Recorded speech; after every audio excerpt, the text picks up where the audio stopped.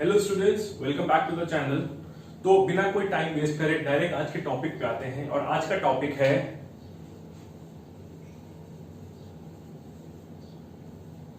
Demand. What is demand?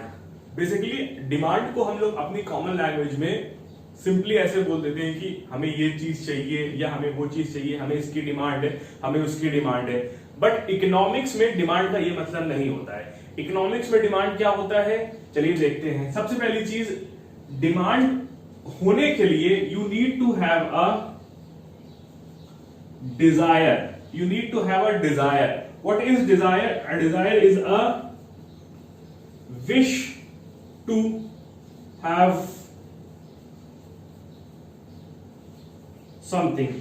What is a desire? A desire is a wish to have something। मतलब तुमको कोई चीज चाहिए।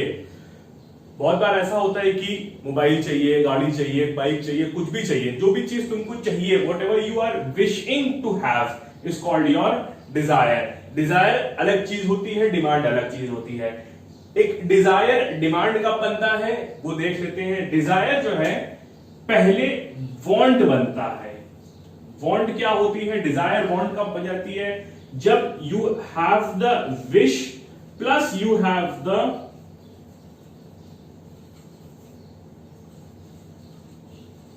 Purchasing power also. मतलब for example कि हमें आईफोन चाहिए, ये एक डिजायर हो गया, एक विश हो गई। तो this is your wish, this is your wish. क्या विश है? तो हमारी विश जो है यहां पे that is an iPhone.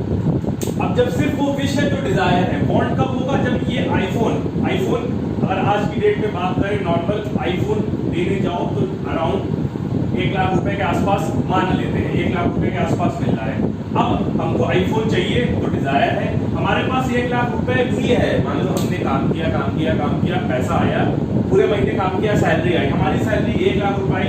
I have the purchasing power, I have the ability to purchase this iPhone of rupees 1 lakh. तो ये हमारी वांट हो गई। बट देखो अभी भी हमने पैसा ये 1 लाख रुपए खर्चा नहीं किया है। अब ये डिजायर वांट बना, डिमांड कब बनेगा? तो डिमांड बनने के लिए एक चीज और चाहिए। डिमांड कब बनेगा? इसको डिमांड बनने के लिए एक चीज और चाहिए, दैट इज विलिंगनेस टू पे। विलिंगनेस टू पे मतलब ये 1 लाख रुपए जो मेरे पास है, इस 1 लाख रुपए को हम खर्चा करने के लिए विलिंगनेस, तैयार भी है। बहुत बार ऐसा होगा, बहुत सारे लोग ऐसे होंगे जिनके पास 1 लाख रुपए होगा बट वो 1 लाख रुपए एक फोन पे खर्चा करना नहीं चाहते होंगे। तो आईफोन उनकी डिमांड नहीं है। आईफोन कहां तक आके रुक जाएगा उनके लिए? वांट पे। और अगर उनके पास 1 लाख रुपए भी नहीं है और आईफोन चाहिए तो वो कहां पे आके रुक जाएगा? डिजायर पे। तो ये है डिमांड का पूरा कॉन्सेप्ट। ठीक है, एक बार फिर से समझ लेते हैं डिमांड क्या है। Demand is a wish to have something. Definition कैसे लिखोगे? A wish to have something. ये वर्ड ऐड हो जाएगा बैग्ड। बैग्ड मतलब सपोर्टेड। किससे बैग्ड है?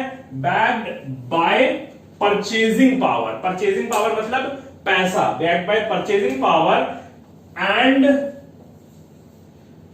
Willingness to pay. मतलब हमको सामान चाहिए, हमारे पास पैसा भी है और उस पैसे को हम खर्चा करने के लिए तैयार भी है। जब ये तीनों चीजें मिल जाएंगी, that will be your demand. So the next topic that we have to cover is types of demand. Types of demand हमने पहले ही बोर्ड पे लिख दिया है, बस जनरली सबकी मीनिंग समझ लेते हैं क्या होती है। सबसे पहले आता है x एंटे and x post demand. X एंटे and x post demand क्या होती है, इसको समझाने के लिए एक एग्जांपल बताएंगे। जैसे जो बच्चे देख रहे हैं वीडियो अभी, वो क्लास 12 के बच्चे होंगे। ये टॉपिक क्लास 12 का है। अब एक्स एंटे समझना, एक्स एंटे 12th में हो, अभी फेयरवेल आएगा, मेरा भी नहीं हुआ, तुम्हारा होगा, तो सूट चाहिए होगा, फेयरवेल में सूट पहनना है। अब समझना एक्स एंटे क्या होगी। सूट हमने सोचा कि खरीदेंगे हम 10,000 का, हमने सोचा, हमने क्या करा, हमने प्लान किया कि घर से प्लान करके गए कि हम जाएंगे और इतने का सामान खरीदेंगे। ये तो हो गई एक्स एंटे डिमांड। अब एक्स पोस्ट क्या होती है?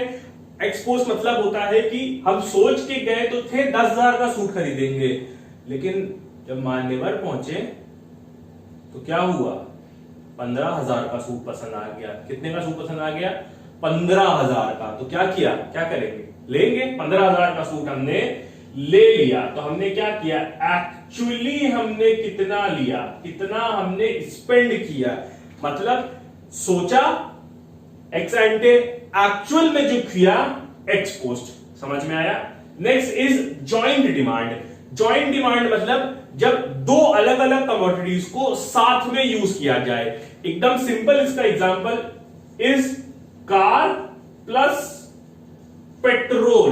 अब ये कमेंट मत करना कि डीजल से चलती है, एग्जांपल है car and petrol. The next is composite demand. Composite demand मतलब जब एक पर्टिकुलर चीज बहुत सारे यूजेस के लिए हमें चाहिए। For example we can take milk, दूध। मिल्क चाहिए, क्यों? दूध पियोगे तो दिमाग बढ़ेगा, जल्दी समझ में आएगा। एक यूज ये हो गया।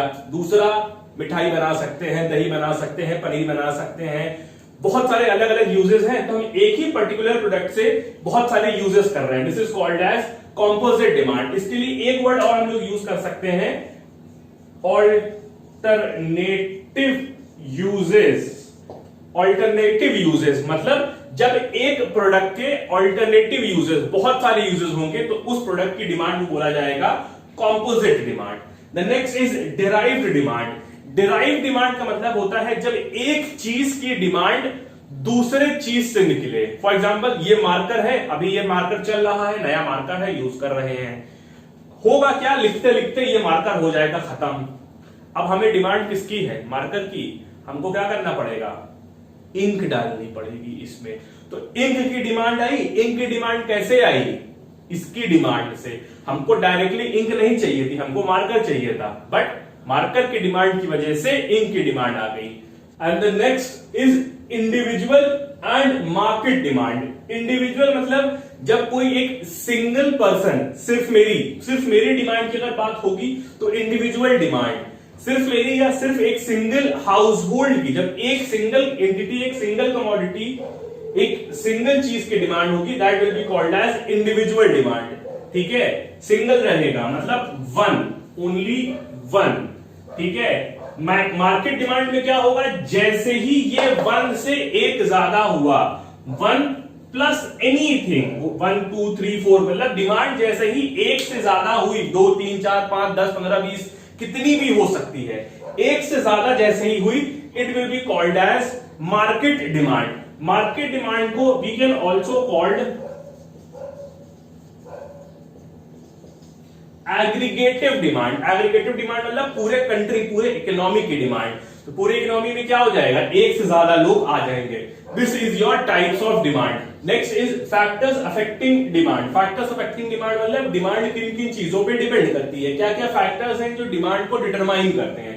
The first is income of the consumer. Income of the consumer का मतलब कि कंज्यूमर की इनकम क्या है।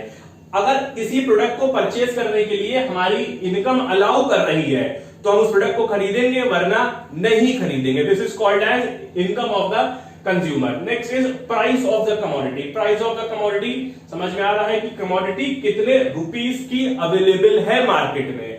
फॉर एग्जाम्पल ये मार्कर जितने का भी आता है, मान लो 30 रुपीज का ये मार्कर आता है, ठीक है, तो हमको लग रहा है कि हाँ 30 के हिसाब से ये सही है, तो हम इसको खरीद लेंगे प्राइस ऑफ कमोडिटी इस प्राइस पे। लेकिन यही मार्कर अगर 500 रुपए का मिलने लगे तो क्या हम लेंगे, नहीं लेंगे। तो यही चीज हो गई, प्राइस ऑफ द कमोडिटी पे कैसे डिपेंड कर रही है। अगर हमको लग रहा है ये सही है तो हम खरीदेंगे इस प्राइस पे, अगर हमें लग रहा है कि ये प्राइस 500 बहुत ज्यादा है तो हम नहीं खरीदेंगे। तो हमारी डिमांड देखो कैसे शिफ्ट हो गई। This is price of the commodity. Next is size of the population. Size of the population मतलब कि अगर आपकी कंट्री में 10 लोग हैं तो डिमांड क्या रहेगी, 10। पॉपुलेशन आपकी 100 हो गई तो डिमांड कितनी हो गई, 100। जैसे जैसे पॉपुलेशन बढ़ेगी वैसे वैसे डिमांड बढ़ेगी, तो डिमांड पॉपुलेशन पे डायरेक्टली डिपेंड कर रही है। Next is price of related goods. Price of related goods मतलब कि कैसे एक चीज की प्राइस दूसरी चीज की डिमांड पे इफेक्ट डाल रही है।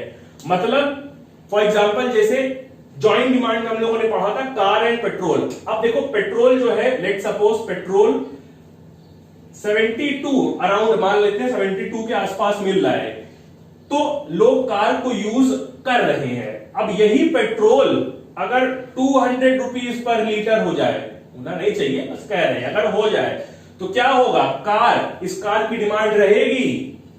क्या लगता है? नहीं, इस कार की डिमांड में बहुत ज्यादा डिक्रीज आ जाएगा, लोग कार को कम यूज करने लगेंगे। यही हो जाता है प्राइस ऑफ रिलेटेड गुड्स, ठीक है, यानी एक चीज की प्राइस की वजह से दूसरे की डिमांड पे इफेक्ट पड़ रहा है। यही हमारा टॉपिक भी है, फैक्टर्स अफेक्टिंग। इफेक्ट डाल रहा है कि नहीं, बात समझ में आई? The next is taste and preference pattern of the consumer. Taste and preference मतलब कि हमको वो चीज पसंद है कि नहीं पसंद है, ठीक है। फॉर एग्जाम्पल कोई भी ऐसी चीज, लेट्स से एप्पल, अब एप्पल है, टेस्ट एंड प्रेफरेंस हमको पसंद है, मतलब एप्पल ही एक ऐसा फ्रूट है जो हम खाते हैं, तो एप्पल अब चाहे 10 रुपए का मिले चाहे 100 रुपए का मिले, अगर हमको एप्पल खाने का मन है, हमारा प्रेफरेंस है, तो हम खाएंगे। बट कोई एक ऐसा पर्सन है जिसको एप्पल पसंद ही नहीं है, तो वो क्या करेगा, उसकी प्रोडक्ट की प्राइस, एप्पल की प्राइस कितनी भी हो जाए, उसको फ्री में भी मिल जाए तो भी वो परचेज नहीं करेगा। तो मतलब कुछ भी प्राइस है उसकी डिमांड नहीं आएगी। यही होता है taste and preference pattern of the consumer.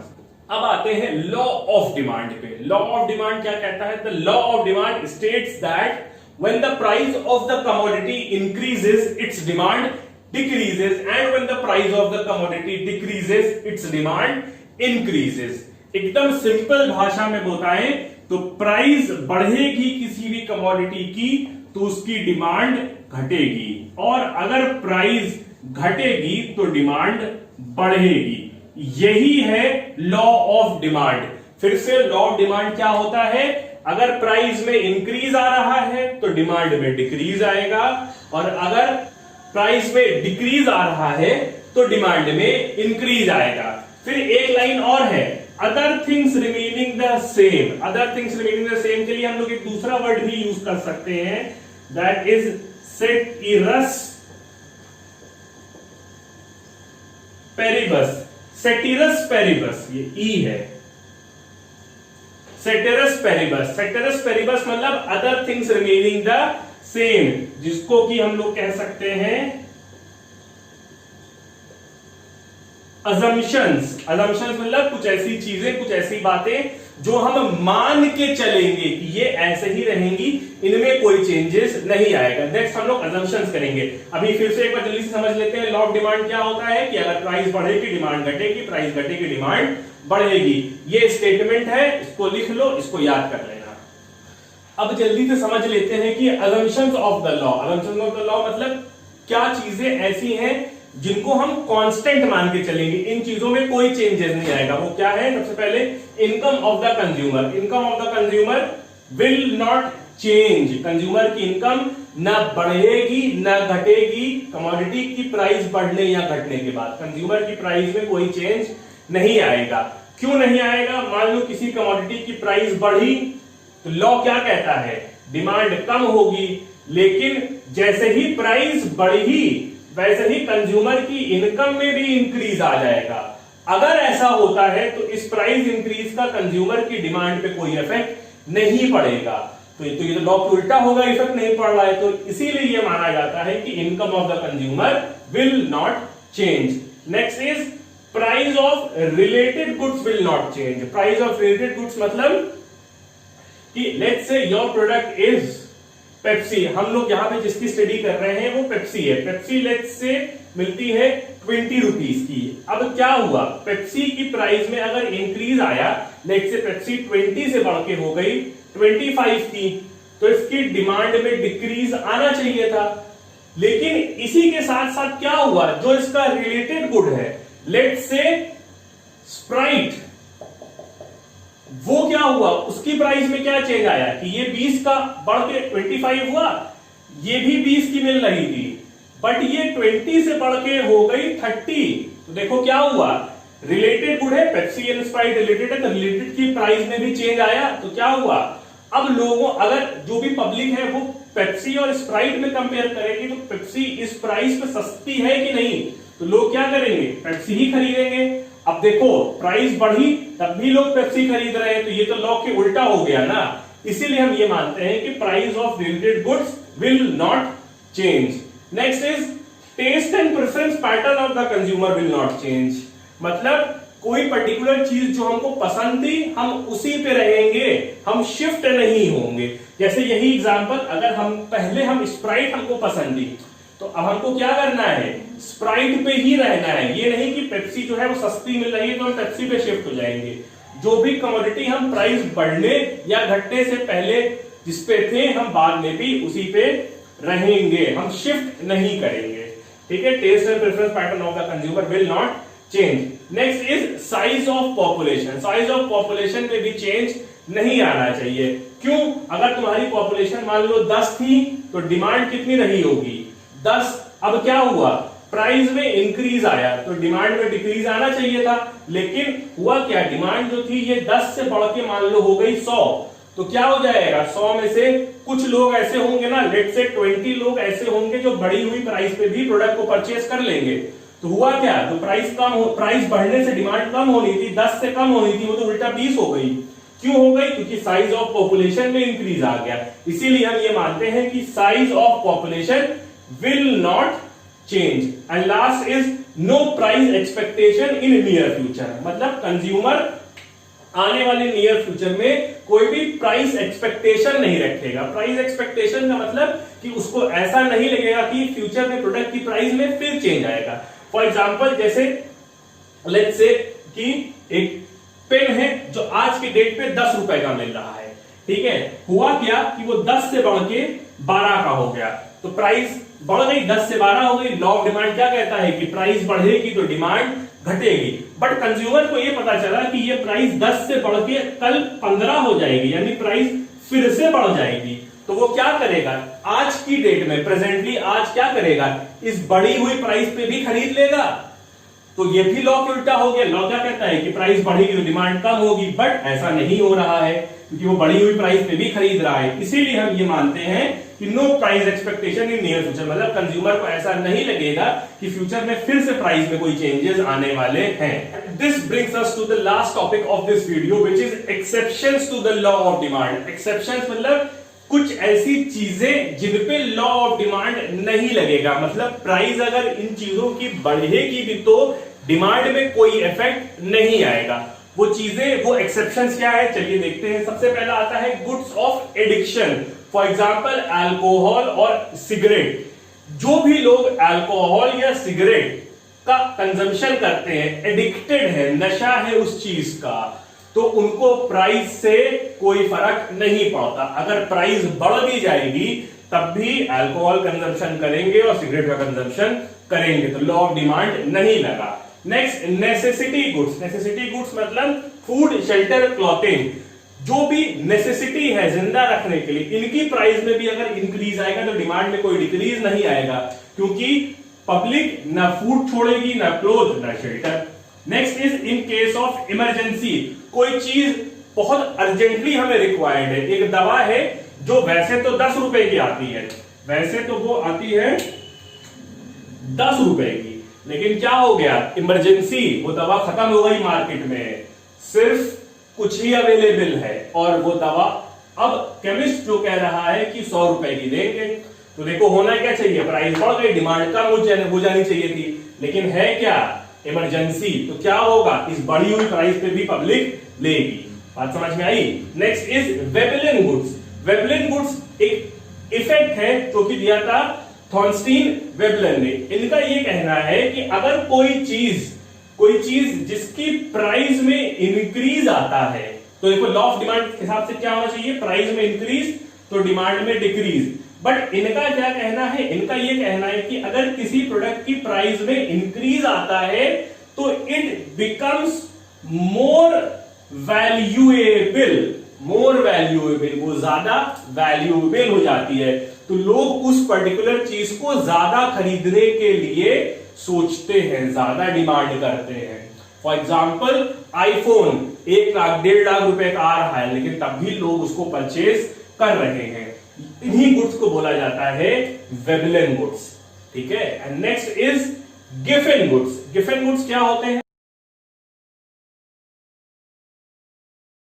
And this completes your 90% topic of demand chapter. सिर्फ एक टॉपिक अब बचा है, that is changes in demand, जिसमें वो शिफ्ट और मूवमेंट आता है। Shift and movement topic we will be covering in the next video.